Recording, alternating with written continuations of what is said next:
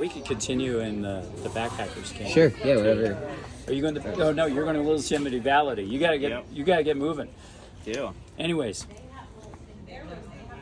Okay. I think we're live. We Great. can now set it. okay. Hi, Daniel. Hello, Repeat. Thank you so much. It's funny. Just a quick intro. I was hiking northbound on the PCT, and I stopped through a campsite, saw a very friendly face who smiled and said hello, and that was Repeat. And I had been hearing a noise of a bird for the last few days, or I thought was a bird, and I don't know, it's what I just heard, and I kind of looked at him, and I was like, hey, do you know what that is by chance? And I was wrong. oh, I went and asked Amanda, and we had a debate about it, and Amanda gave me the right name. But anyways, yeah. Now we got to know what is the right name. It's the sooty grouse. Although they're highly related to the bird I told you it was, they're very close. Cool. Sooty grouse. And it makes this like wobbling noise, very distinct. So anyways, we got to talking, and just Repeat had hiked the Pacific Crest Trail in 1985, and we talked maybe for a few minutes, but shared some very insightful things. And long story short, I was thinking a few days ago, wow, it would have been so cool to get to talk to him and just capture that for posterity. And as fate would have it, we're checking out in Yosemite here from lunch right next to each other, and I was like, hey, you look familiar, and then we realized.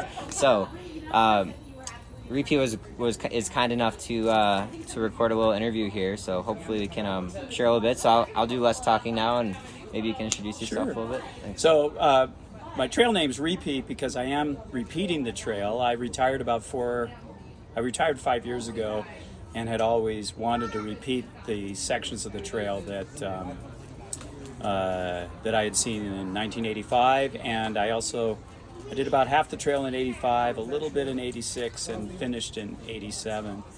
And first thing your interviewees should know, your listeners should know, is I'm 70 years old. I hiked it when I was 30. Roughly in my early 30s, and it had always been a dream of mine to hike the trail as sort of a rite of passage, I guess. I had known about the trail for many years.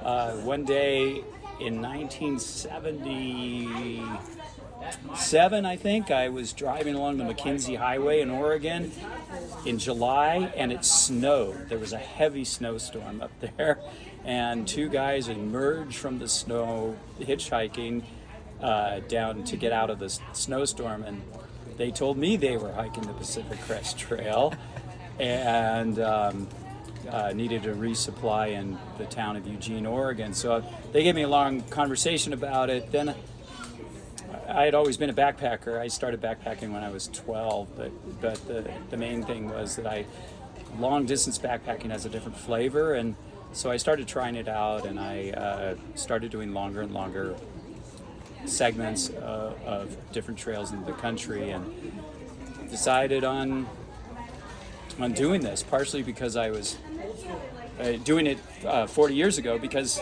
it turned out that I had just finished graduate school, but could take a break from jobs, and so I was able to find about a year in which I could get prepared for the trail, and another set of these 3 summer seasons to hike it.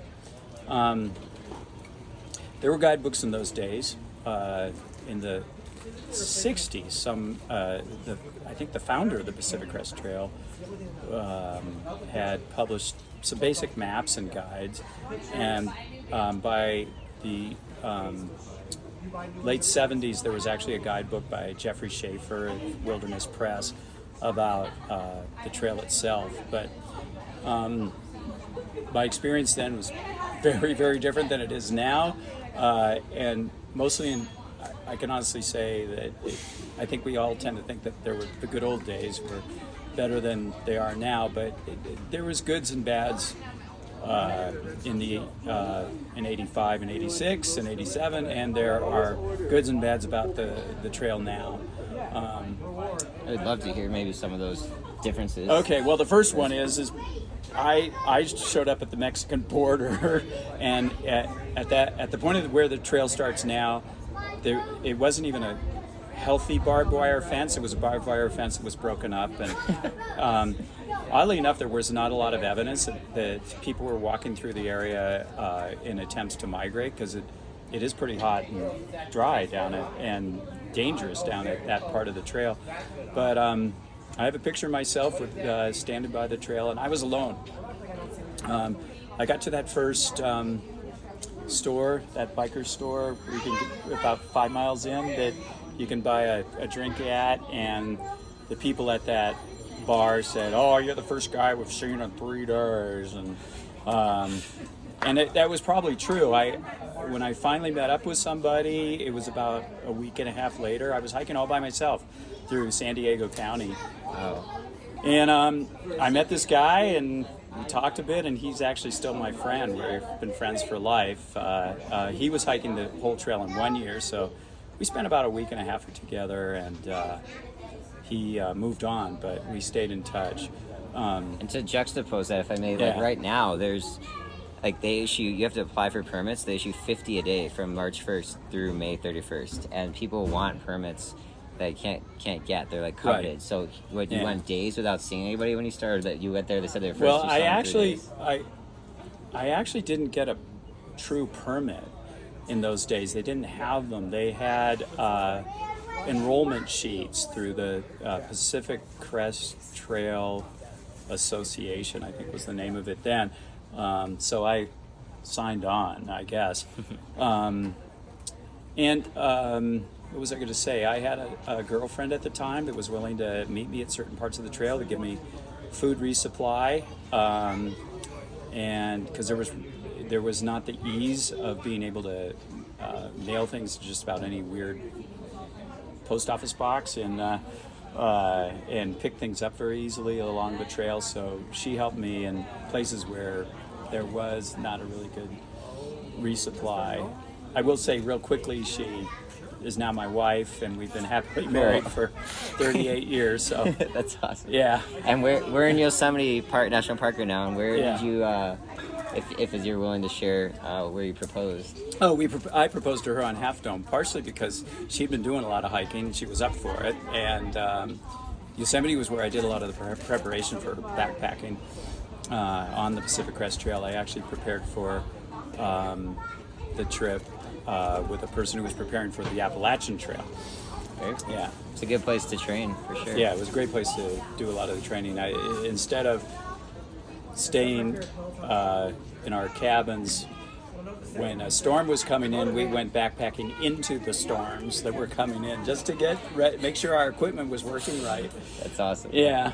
So anyways, backpacking was big. It got really big in the 50s and 60s in American culture, but the long distance aspect was slowly catching on in the 70s and 80s. And I have to say that through most of those years, although a lot of the backpackers were very left-leaning, and that they were, this new idea of taking care of the environment and appreciating the environment was catching on in those days. But even though they were left-leaning, and there was that sort of ecological aspect to trail hiking, they were all white guys, and many with long hair, and I did not meet my first female thru hiker until I got to Alancha Peak, I think. I think the trail still goes. Oh, the trail's been rerouted a lot, so my experience was different than current experience, and particularly in Southern California, it's been rerouted. But just south of Kennedy Meadows, I met a couple that were hiking the trail for their after their wedding for a honeymoon. That's fun. And I met a few other women that were hiking, but all of them were with boyfriends or husbands. You did not meet any women hiking alone. And the other aspect that's is important to acknowledge, I think, out of respect to what America really is in those days, who went hiking? It was white Boy Scouts and white males, and very few others. And so I would say, in those years, it was 100% white people and 95% males. And it's changed a lot. Yeah, it's changed a lot. And it was always a concern of mine, because if we want to preserve these trails and preserve these beautiful wilderness places, we have to be inclusive of everybody. And I always thought that this is looking like trouble. I mean, the Sierra Club was always a white upper middle class club, and I was thinking that's a great way to lose environmental issues, is to be implicitly exclusive. So anyways, but that was my experience. I'm just saying that I did meet day hikers and weekend hikers and week-long hikers that more of whom were women, but still they were white. That was what backpacking was in the 50s, 60s, 70s, and 80s. What else should I be saying about that? I think touching on some of these changes, so like now, currently, I would say almost half the people I meet on trail are international, or not even from the United States. Yeah, there's no international people in those days. In fact, they did not issue permits internationally. They had to be issued by mail, and you gave them your driver's license number. So automatically some people from Germany or any other country had no idea how to do it. Which there's a lot from those places these days. Yeah. I think when we first met, we touched on maybe some of like the L&T aspects, leave no trace, and how that's changed a little bit. Oh yeah, okay, very good. So the trail was also covered by motorcyclists, unfortunately, and a lot of horse packers. And to be honest with you, I'd say 50% of my trail experience was walking around trail apples. And is that horse poop? Yeah. Yes. And I had always assumed that was part of hiking, is you're doing it with horse packers. The horse packers themselves seemed like okay people, but you would often find horse packer trash all over around trail camps. And again, the idea of leave no trace was just opening up in the 70s and 80s, but many people didn't adhere to it. In fact, we even got inaccurate instruction. We got instruction to bury or burn our toilet paper in the 70s and 80s. Imagine that. Yeah, and also to burn all burnable trash. That can't be good. And of course, burnable trash always has a little bit of something that didn't burn. Right. And that was the LNT of the day. So anyway, so here's a good thing is, in my opinion, is the trail now is much cleaner than it was in the 70s and 60s, 70s, and 80s. And there's very little horse poop anywhere. And even though there's many more hikers, there's hardly any more horse packers. And actually the trail's more overgrown and in better shape than it was in those days, because the horses are gone and the dirt bikes. That's great. Yeah. And I think you just mentioned the comment, it was kind of implied earlier, but maybe you could just touch a little bit more on, I think when we first met, you mentioned there were almost weeks at a time you'd be alone in the wilderness, not seeing anybody. And like, that's just not the case now. There's so many people out there. Yeah, there might be a day where you might not see somebody, right? At best, and that wouldn't be in a national park. It would be on a section that's remote, like north of Tahoe or something, right? So I had gone for the purpose of solitude, and actually my girlfriend, now wife, teased me because I would often hook up with other hikers and spend a few days with them because I guess we were lonely. I don't know. I loved the solitude. I would use it for moments of meditation and appreciation, but also it was my purpose to have that experience of being completely self-reliant. And that was a really important part for me, and I really enjoyed it. I really enjoyed that self-reliance. Looking back now, there's some crazy points where no one could have helped me if something had gone wrong, particularly on cliffs or blown out pieces of trail where you had to find your way. I think, another important thing is there were no cell phones in those days, and there were no GPS locators. So all of our navigation was done by the Schaefer maps, USGS maps, and there were a few other maps, but we'd have to, if we got lost, which we did, we had to use map and compass pretty much to relocate ourselves. And so in general, if we got off trail or walked down the wrong trail, it took us much longer to realize that we were off trail, because you have to finally realize, oh, that mountain shouldn't be there. The mountain. Because that's what you're navigating from. You're triangulating your position from mountain A, mountain B, and river C, and it takes a while to realize you're on the wrong side of the river or things like that. Which, so, I mean, you can imagine the implications, right? If you're carrying enough water to get to the next river and you go the wrong way, like there's a lot. And now, I mean, it's probably a lost art for many people, like reading maps and using a compass to navigate. But now you have this app that everyone uses, and like you can literally see, like if there's an intersection, pretty good chance HUD's gonna be down on the phone, and you like walk and you literally watch your little dot move, and so very different in that regard. Yeah, it's much easier now to navigate and to not get lost, and also to know where to go if you need to get out for an emergency, for sure.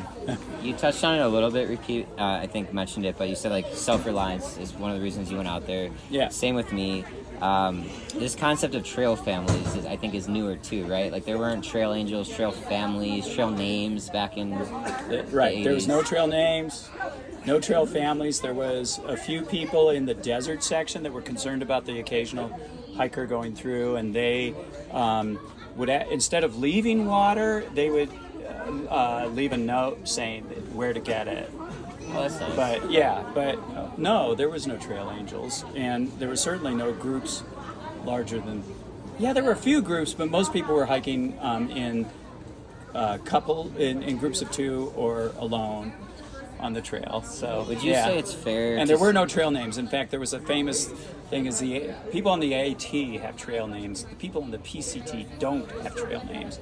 That was our distinction. I didn't know that. I kind of like that. Well, in the 80s, that was the distinction. And why was that?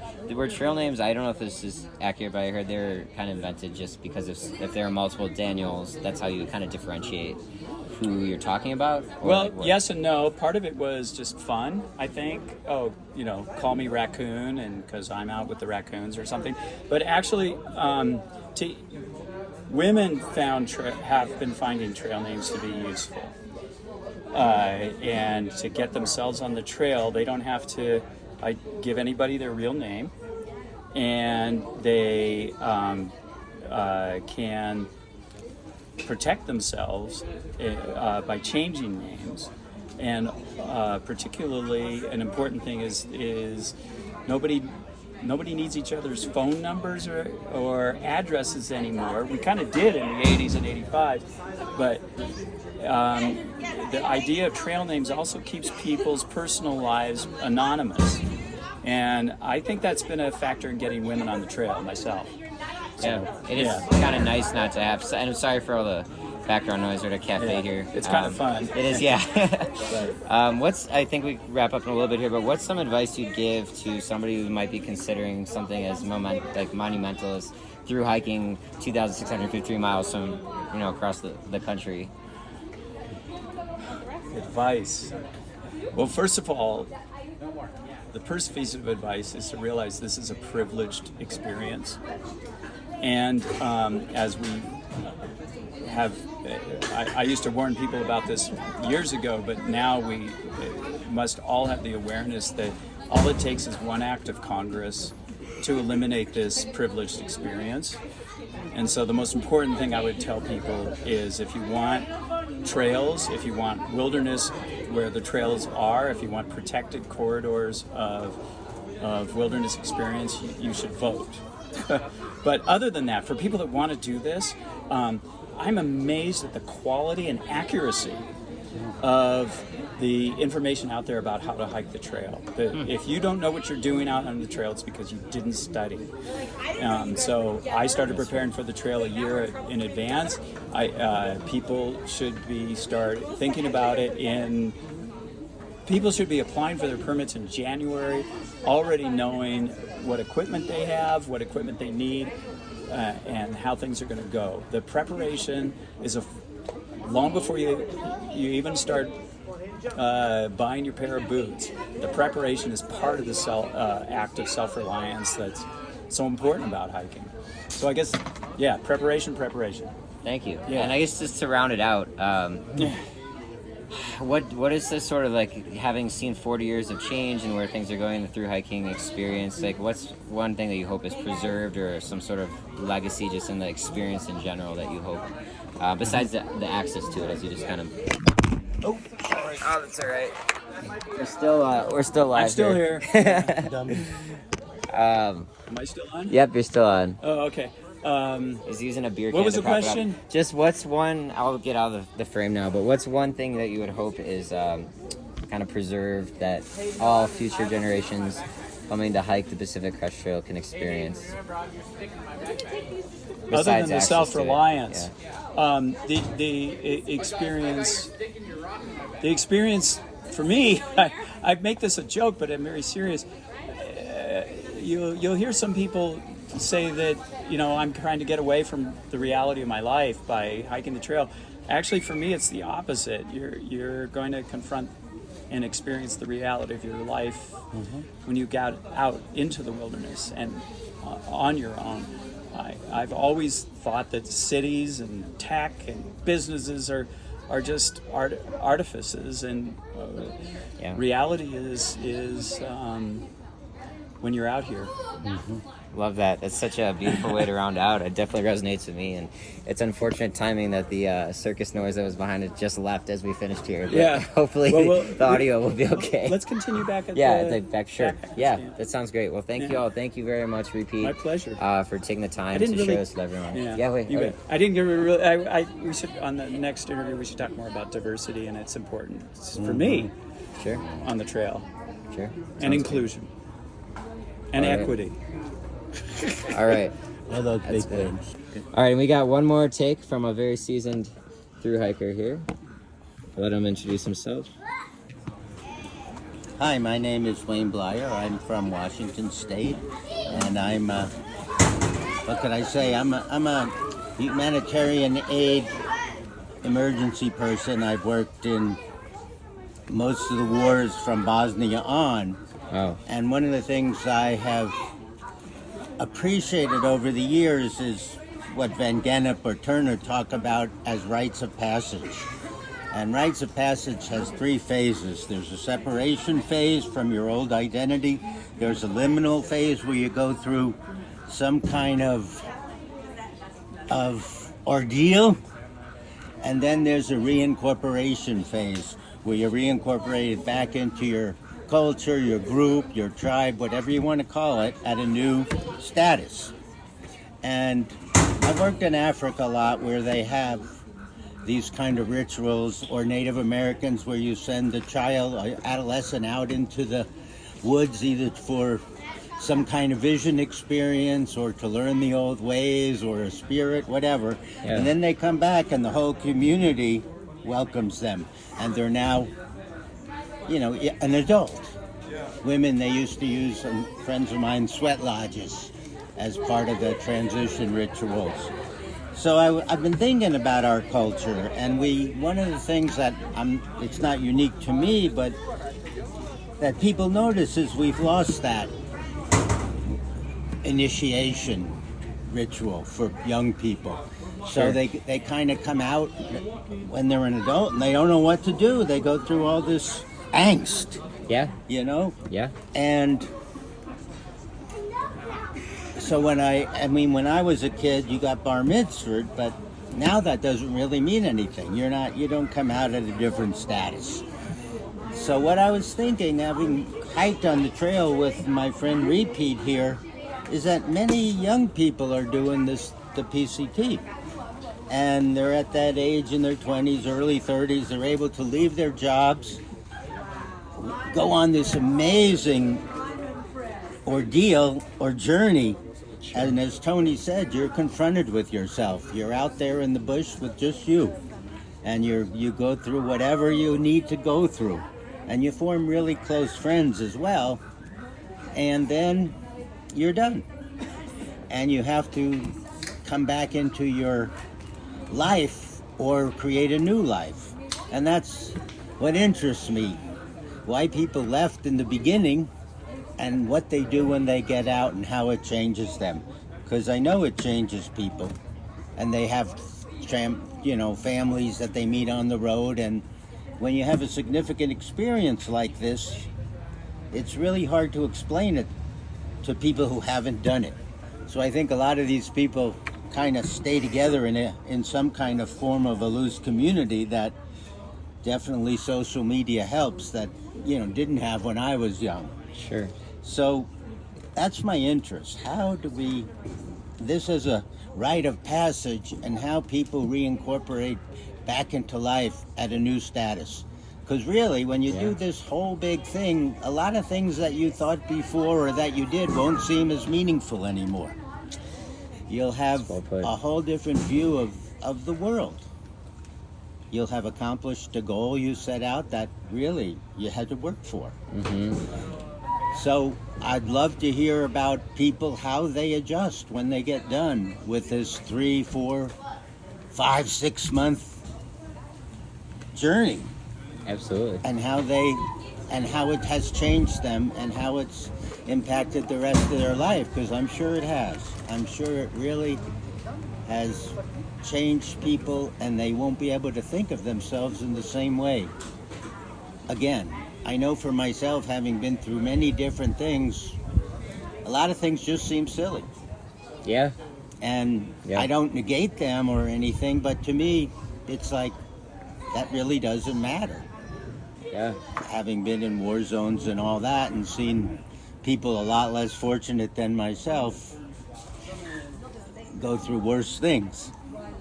So that's my take on the PCT, and I look forward. I hope this gives you something to think about, because I worry sometimes about people who do that, what they're going to do when they get back, how they're going to reincorporate back into their old life, if they even can. Sure.